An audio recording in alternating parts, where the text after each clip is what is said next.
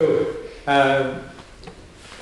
the argument I'm putting forward is that a Marxist analysis of Brexit and the consequences for Ireland has to rest on some background analysis of class forces. The thing can't be taken just on its face value.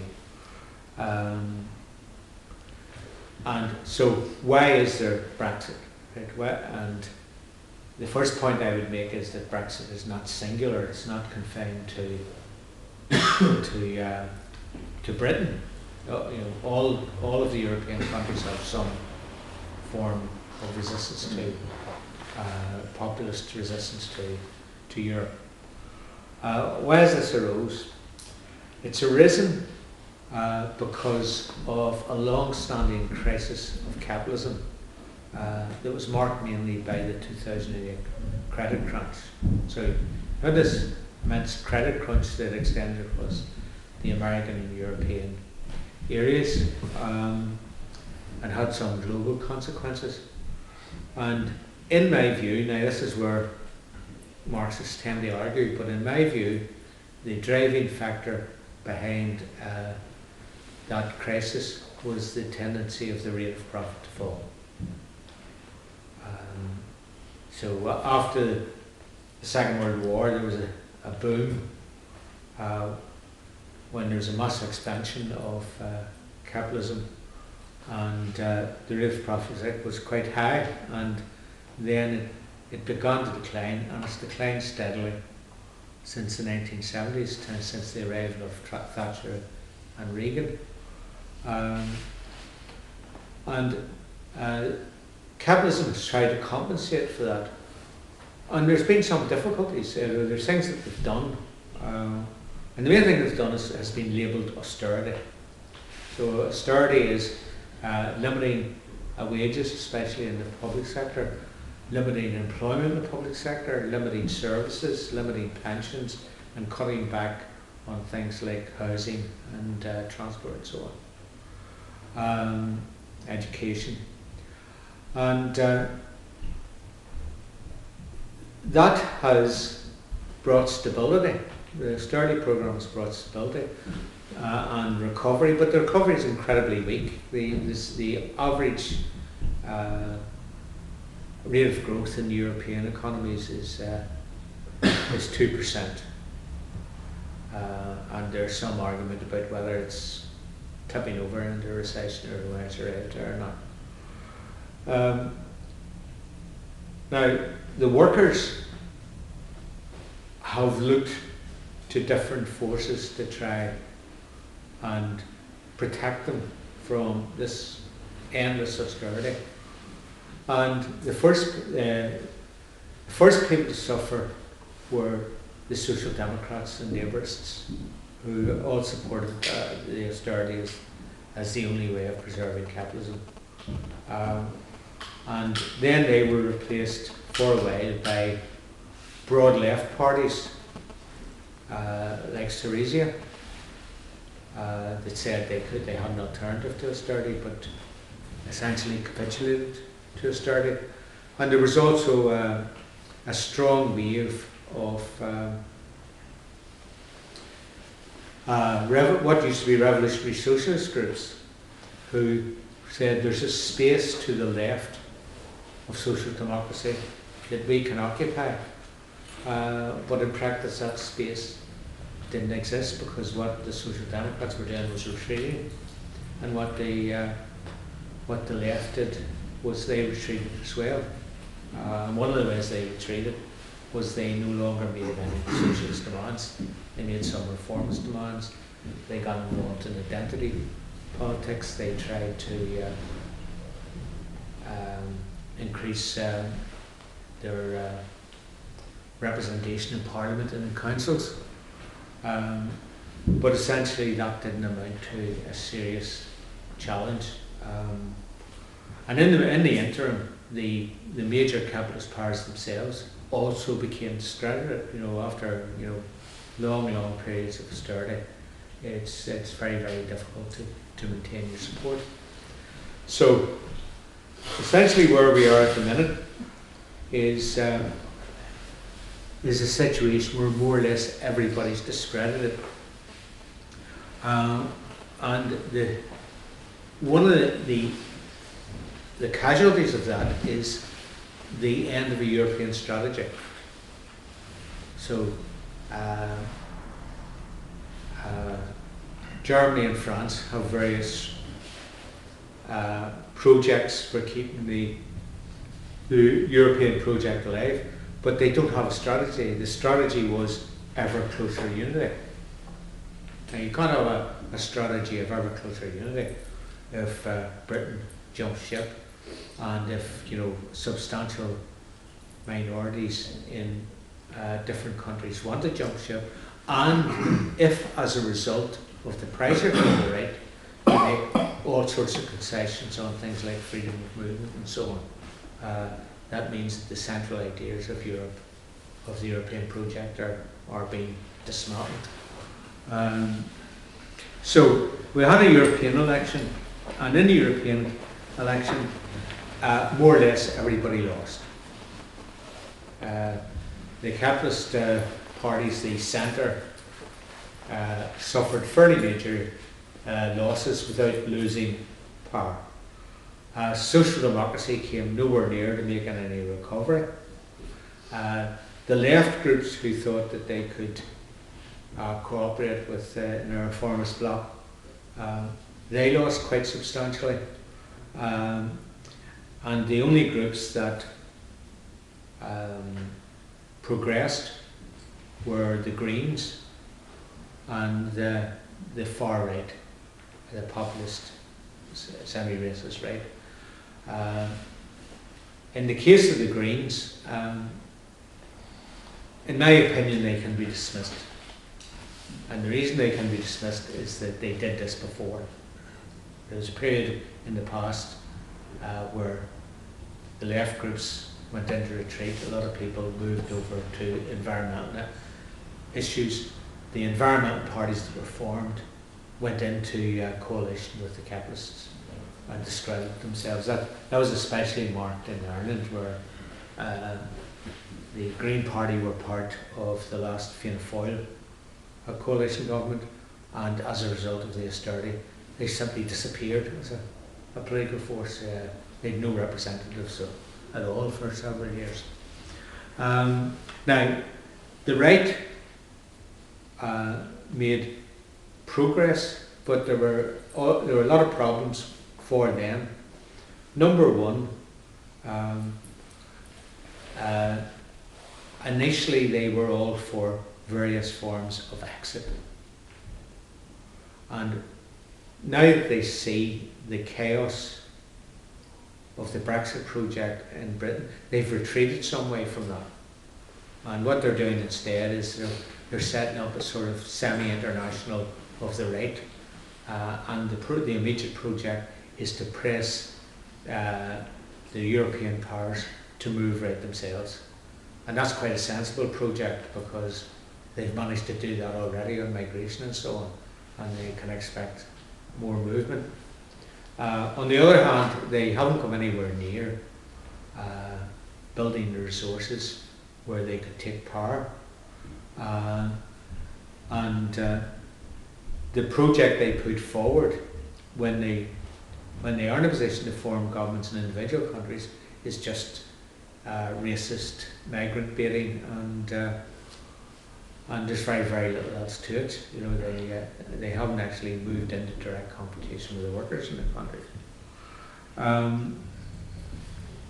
So, in my view, we're reaching the limits of adaptation. Workers have tried various different projects within the existing capitalist society, and that's starting to fall apart. That doesn't mean that the workers will automatically rise up, but it means that there will be a search for alternatives beyond existing society, which may go to the right, but they can still go to the left. So what about Ireland? Before I go into Ireland, just the consequences of Brexit in Britain itself is that you have something that looks almost like a coup.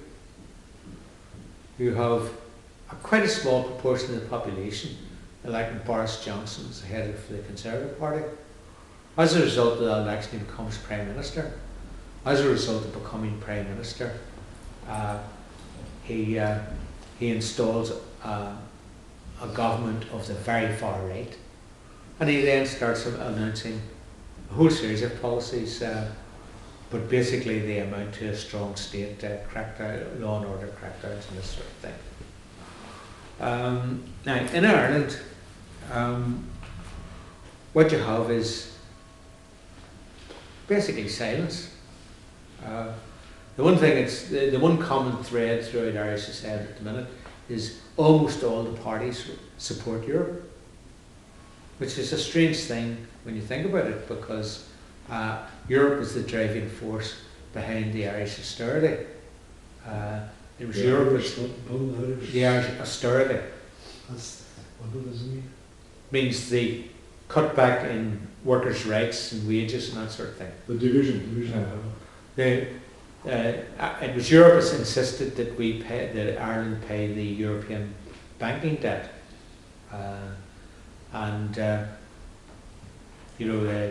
there was in the period there was a 10% cut in wages and pensions and so on, which has never actually recovered. So why is it, given that Europe was the author of this enormous crackdown on the Irish economy, why is it that everybody in Ireland supports Europe, with the exception of some of the left who haven't put forward any sort of convincing argument for a Brexit? And the reason is that people in Ireland are convinced that Ireland is a dependent country, and that it has to surrender itself to greater forces. That it's only by biting the bullet and accepting wage restraint that you can ensure a flow of capital from transnational capital that'll keep you going.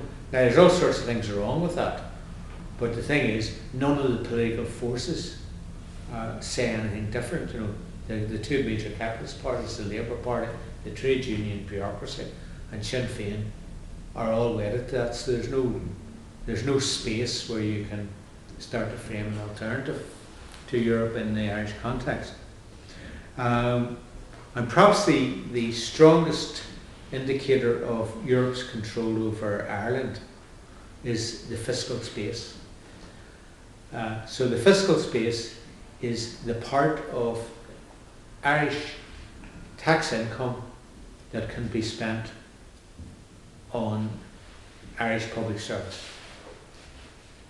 And it's actually a very, very small amount, because you've got the actual income and then you have to pay the interest on what I think is an absolutely enormous, still equal to the entire national GDP. There's an enormous debt to the banks and bondholders, which is will be there to 2054.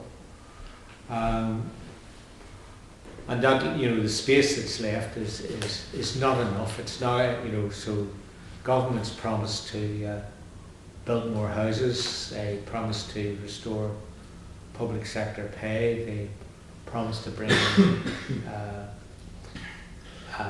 a green energy programme, but in fact they don't have any money to do these things, and the way in which they try to square the circle is by selling more things off.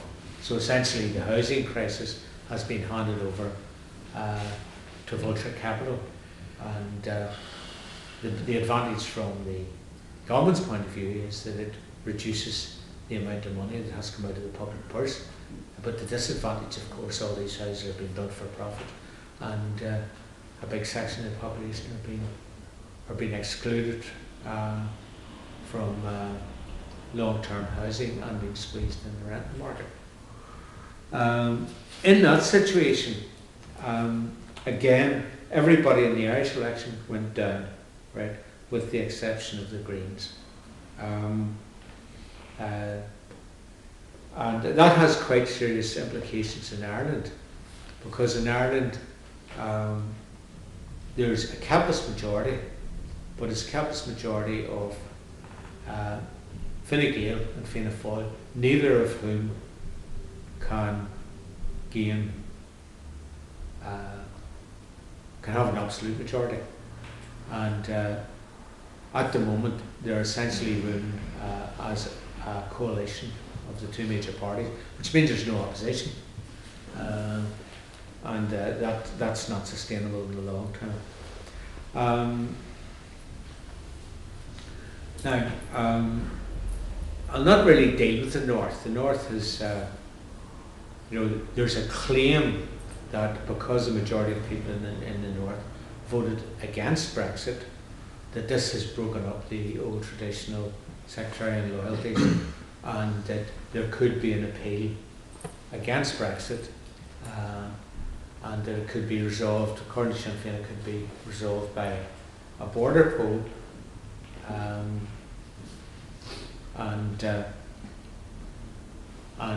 would resolve the Brexit question, because everybody being a united Ireland, it would be inside Europe. But that's wildly optimistic. First of all, there's been very little shift in the sectarian balance, and number two, as this idea keeps getting put forward by Sinn Féin, it turns out that the Irish bourgeoisie are totally opposed to United Ireland, and they're starting to make that more and more clear. I've put in the book, I give some attention to the left, because the Socialist Party and the Socialist Workers' Party have invested quite a lot of time and effort into winning seats in the Dáil and seats in the councils, and their vote fell by half in the last election, as did the vote for Sinn Féin. And what that suggests is that a broad reformist left strategy of advance has fallen on its face. And I think that's important, not because the socialist groups are big, but because the socialist groups are sort of like gatekeepers. When young people are getting involved in politics, they have to look somewhere, and very often they look to the left to give them some idea of what to be active in, what direction to go on. And I think that's come to an end. Now, in the book, I end with, what do we call for, right? That's where I end. I say, what do we call for? And I say, what we call for is for we call for a constituent assembly, which would be a call against both the Dublin government and the British administration, and the workers call for a workers' republic and a United Socialist States of Europe. So those are just, if you like, abstract slogans, but you have to make some sort of framework that would be a framework for workers, and that's the framework I put forward. Now, how could that be put into operation? But I make 2 points. One is that Sinn Féin, I think, are in very, very serious trouble, and I think that's important, because I think they've acted as a massive barricade against any progressive thought.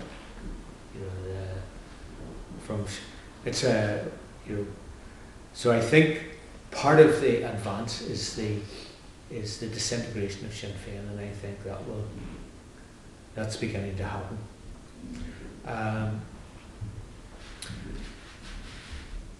I think that will free up some space, but what can individual lefties do? The left is so weak. My view is that we have to drill down. So it's not a matter of thinking of some scheme that will get us some people into the council or something like that, and it's not a matter of thinking of the most popular struggle. It's a matter of popularising Marxism all over again. Because Marxism has disappeared, and socialism has disappeared as a way of thinking about things. And I think that could be done in two ways. One is just by, what's class struggle? People have no idea. And I think there's two themes you have to follow. What's class struggle in general? What's class struggle when you try to use it to explain life in Ireland today? So those are two. The theory has to have some explanation of current events, and the mechanism for doing that, and we're a long way even from that, would be a workers' discussion group. But we haven't got that far. But I think that movement sort of depends on growing dissatisfaction with things as they are. And the thing is, we're not being left with the option, because capitalist society is gradually decaying and is sort of calling for an opposition. So I'm going to stop there.